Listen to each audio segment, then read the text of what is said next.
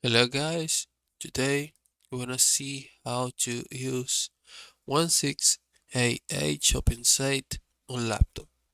This video is meant to be simple. Okay, we're gonna type 1688 on Google and we're gonna find right here. We're gonna see the results of the shares. Okay, right here we're gonna click this first result right here. And here you can see all the products that you want to buy. Okay, and right here we're gonna simply select one of one of the products. Uh, this one, for example,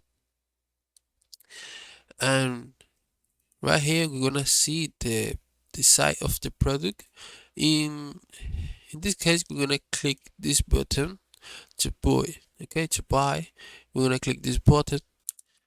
Well, once we press the button, it will ask us to log in to buy.